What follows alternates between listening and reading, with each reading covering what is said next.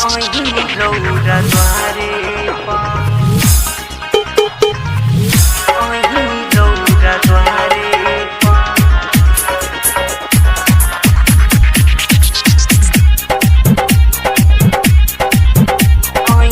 रौरा द्वारे गौरी पुत्र गणपति रौरा द्वारे गौरी पुत्र गणपति रौरा द्वारे गौरी पुत्र गणपति रौरा द्वारे फेरी नजरिया कपिल अपना दुलारे गौरी पुत्र गणपति रौरा द्वारे गौरी पुत्र गणपति रौरा द्वारे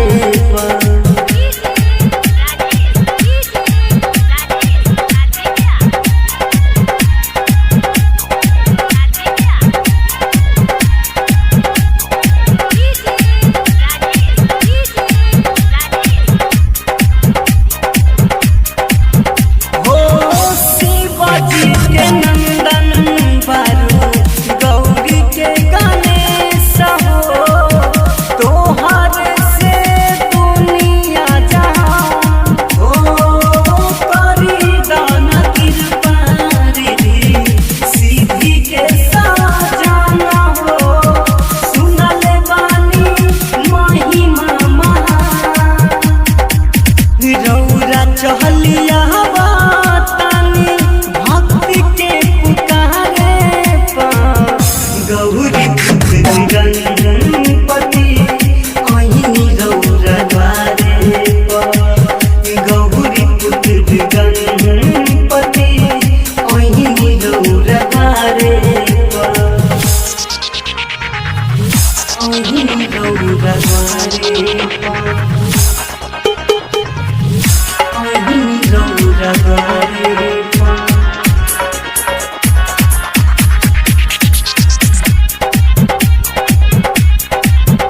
गौरी पुत्र गणपति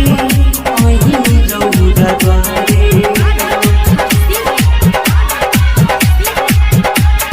हो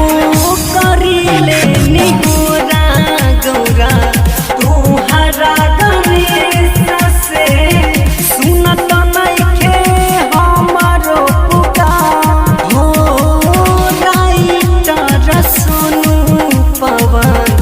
बबलू नरहानिया देखले बाटे मूसा पे सवा दीपक सचिन बाटे रौरे सहारे बसंत सचिन बाटे रौरे सहारे गौरी पुत्र गणपति